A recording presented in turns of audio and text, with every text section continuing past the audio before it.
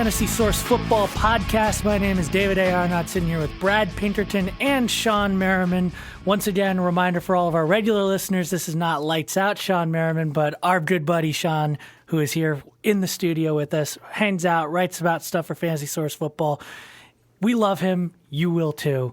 Today, we're starting out by talking about guys that you might want to look at picking up in your fantasy football league. They're possibly available. And you know what? If they are available, I think a lot of people are going to be saying, you know what? We got to get him. If you don't have a high waiver pickup priority, tough luck. First, I would to start off with, Brad, Ryan Terrain. Yeah, he was my number one pickup in today's Walking the Wire column, and I was absolutely shocked to see him dropped in our Experts League going into Week 4. A guy just had to make some injury replacement moves, and he had no choice but to drop Terrain, knowing that the inevitable was going to happen eventually, but he just didn't know it was going to happen this week. Terrain takes the ball from Tim Hightower, and now he could be the starting running back coming out of the bye in Week 6. Now, what kind of odds would you put on Terrain being fantasy relevant moving forward? Very good. I'm going to say moving forward, just as in any week, 100% odds. Mm-hmm. He's got a very good schedule coming out of the bye. 6, 7, and 8 are all favorable matchups for him. He could run right through those defenses and extend that leash that fantasy owners have to worry about with Mike Shanahan is going to pull him out just like he did Terrain at any point, or I'm sorry, at Hightower at any point. But at least he has these very good matchups to work with. So fantasy owners aren't going to be 100% confident starting Terrain at any point, but he's a great bye week fill-in, and you take what you can get. What does this mean for owners of Hightower and especially, I think, Roy Halou? Well, Halou's value doesn't change at this point. He's kind of locked into a change of pace role, but I mean, he has looked like the maybe most talented running back among the Redskins. He's just not getting the touches yet. So if Shanahan gets fed up with Terrain for whatever reason, maybe a fumble, another injury, anything like that, it could be Halou next in line, or it could be Hightower. So I would caution owners against dropping Hightower flat out. Another running back that seemed to break out somewhat, I guess you could call it a breakout this past weekend, Stephen Ridley of the New England Patriots. Sean, why do you have him listed as a potential pickup this week? Well, Ridley was a guy who had a very impressive preseason, which we all saw. He was kind of a hot topic coming into drafts, one of those rookie backs that wasn't drafted in the first round, but yet people were still high on them.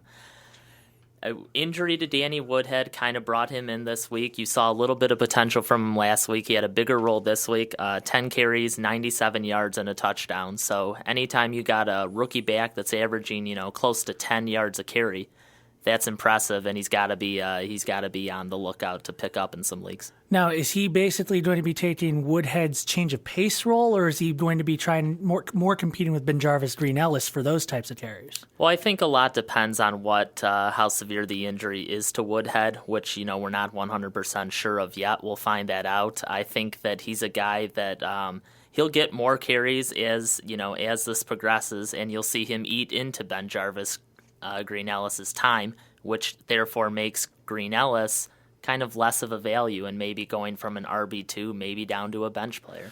Another running back that is suddenly popped up on radars, I think, is Isaac Redman. That's due to another injury. Woodhead injured in New England. Rashard Mendenhall, last I checked, I believe his status was not quite certain for next week. What do you think about Isaac Redman, Brad? Well, the Steelers don't think Mendenhall's injury is going to be too severe, but that doesn't mean he can't still miss a week or two. So I think anybody with Mendenhall has to grab Isaac Redman as soon as they can. And even if you're going in the bye weeks and you just have a bench spot open and you might need a live body, a starting running back, he's the guy maybe to go grab, and you can get him pretty cheaply. But he's got a shot at starting this week. I don't necessarily like the matchup he's got this week, but you can't just find a starting running back on the waiver wire unless you're talking about Ryan Terrain, and he's on bye this week. So if you're looking for immediate help, maybe Isaac Redman is the guy to turn to. Now, I take it from your live body comment, warm body comment, that you don't really think highly of him in general. Previously, there have been rumors floating that he might get the Pittsburgh short yardage bat job. But if he does get, say, every down running back carries for a game or two, what do you think the outlook is? You're looking at a possible RB2. Like low-end RB2, and that's kind of what you're looking for during the bye weeks when you're missing those guys, and you need a replacement. If he's getting you 15, 20 touches, you have to go with him. Shifting gears to wide receiver now, Jacoby Jones of the Houston Texans might be getting a little bit of a look this week from a lot of owners, especially since Andre Johnson had a hamstring injury.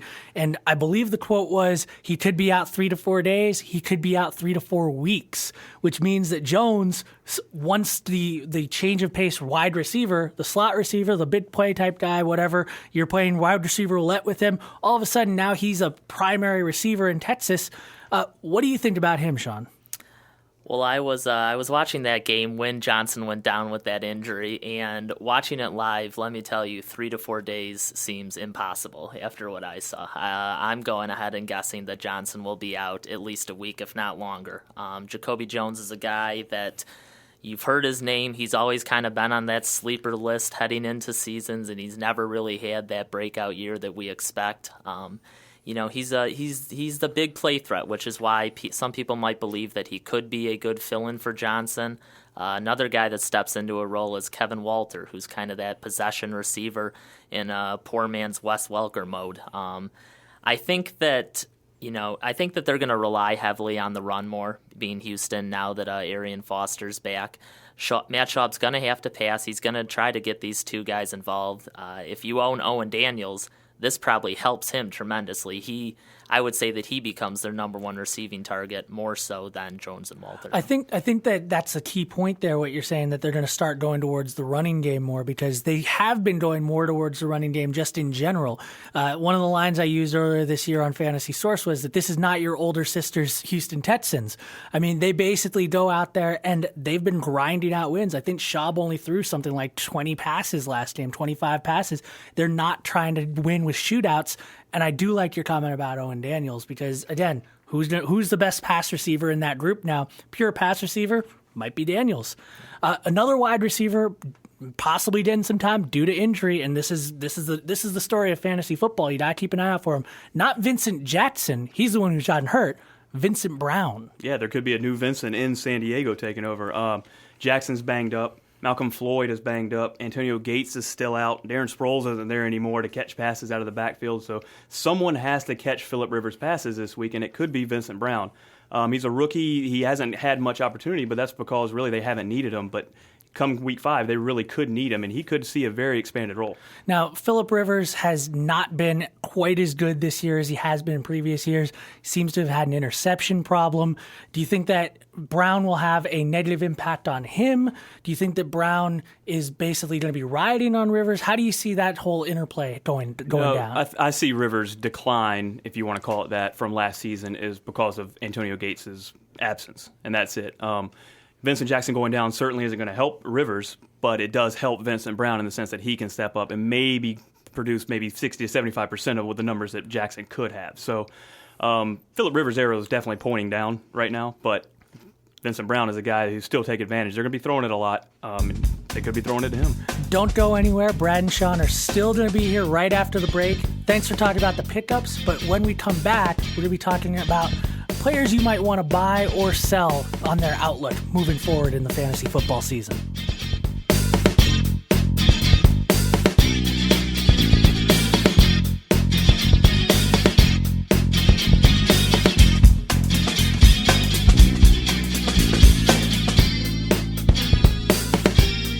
So when we say buy or sell, Brad and I had a little bit of a conversation about this beforehand. What I mean is, do you, in a stock kind of way, do you really buy Cam Newton moving forward, even as the number 3 quarterback in standard fantasy leagues right now? I mean, he's the number 3 quarterback.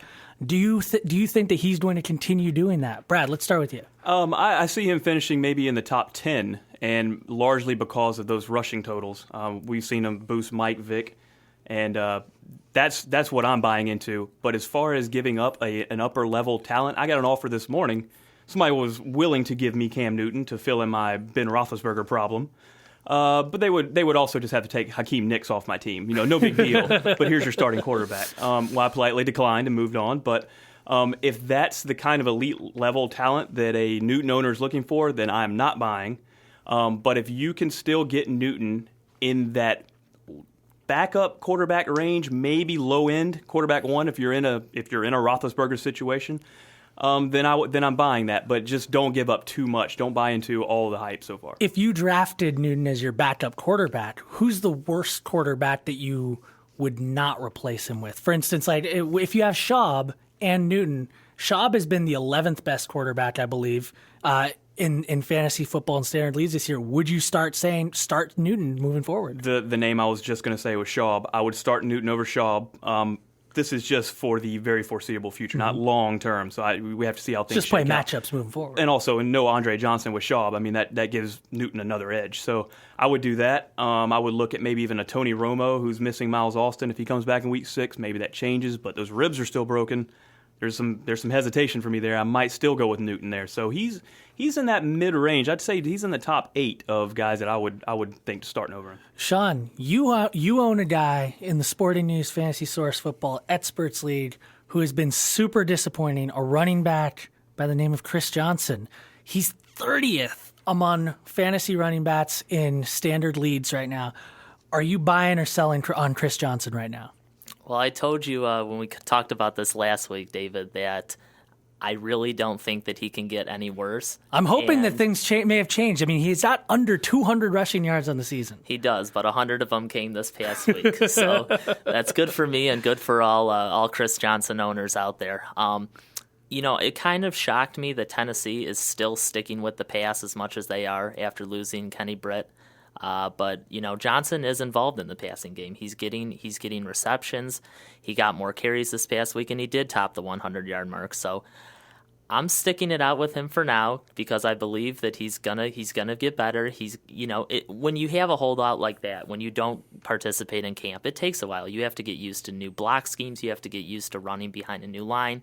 There's all different types of variables that go into it, and it seems like after 4 or 5 weeks, I have to believe that he's going to start feeling more comfortable.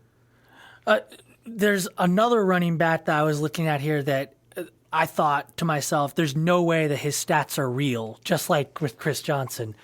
Beanie Wells. I don't understand. Like, this is the same Beanie Wells that was drafted by the Cardinals, right? And is still on the Cardinals. And the Cardinals have the same offense I think they've been running all year. And yet he's 7th among fantasy running backs? That's the same Beanie Wells you're thinking of. And I don't know if I'm necessarily buying into that. He's not going to finish as a top 10 running back. I would put money on that right now. But, Arizona has a very weak schedule, and he is getting the football. So that's all you can ask for, and he's been converting. But you just wait for that injury. That's the main concern right now with Beanie Wells. If he can stay healthy, he's going to produce. He's going to be a solid RB2, probably upper level. But it's just that, ticking time bomb, you're just waiting for it to go off. He's already had that hamstring injury, and you're waiting for the next one to come. I mean, I guess I think of him in slightly different terms than, say, Fred Jackson, of the Bills, where with him at least, I'm just waiting for the wheels to fall off the wagon and for him to go back to being just a normal, everyday guy who's nothing special. But with Beanie, I mean, he's still young enough that we don't know if he's doing Cedric Benson on the lead and suddenly becoming a workhorse or something like that, or top half of the running backs. We just don't know with him. Whereas with Jackson, I feel like we know enough to know who he is. Yeah, this Beanie's a good case where I believe in his stats, what he's produced so far, but I just can't buy into it. I can't give up what an owner is going to be asking for Beanie Wells at this point. I can't buy high on him. Sean, I'm going to challenge you with this next guy, all right? There's a guy, wide receiver, coming out of nowhere to be among the top 7 wide receivers in standard leads, the Broncos' Eric Decker. Now, normally when we say coming out of nowhere, it's got to be a fluke in the first 4 weeks. Is Eric Decker's production a fluke so far? Well, as I am a Chris Johnson owner in that expert league, I have the luxury of also being a Eric Decker owner who has helped make up for Johnson, that's for sure.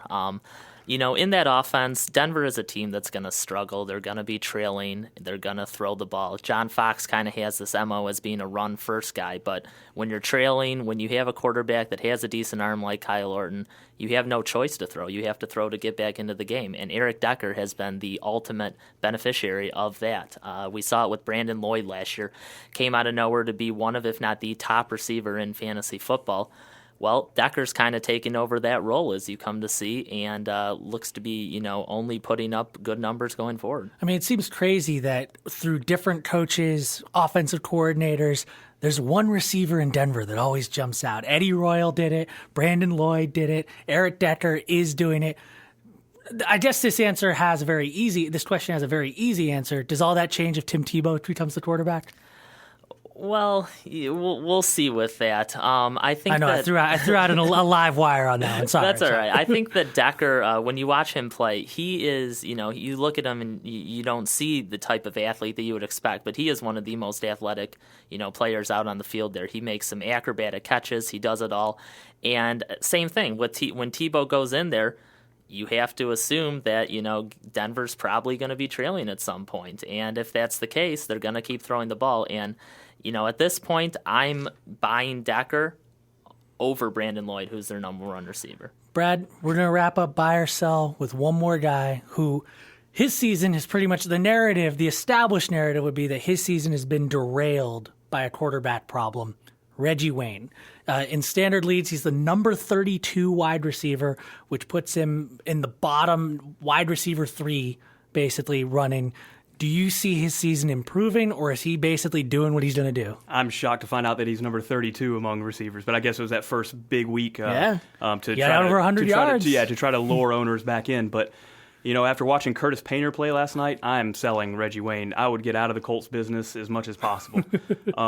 His Painter's final numbers looked fine, but he completed 43% of his passes. He should have had at least 2 balls intercepted and 1 return for a touchdown possibly. But, yeah, he might be a better actual painter than NFL quarterback.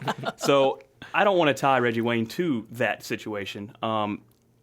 I hesitate to tell people to sell low on a guy, especially a guy as talented as Reggie Wayne, but you should probably be shopping him around right now just to see what's out there because you might like what you get. I mean, to make a baseball analogy, I feel like Reggie Wayne at this point is kind of like Jason Worth in the baseball season, where Worth just never actually came around the whole season. And by the end of the season, he had something like 18 home runs and 18 steals, but he was hitting .230.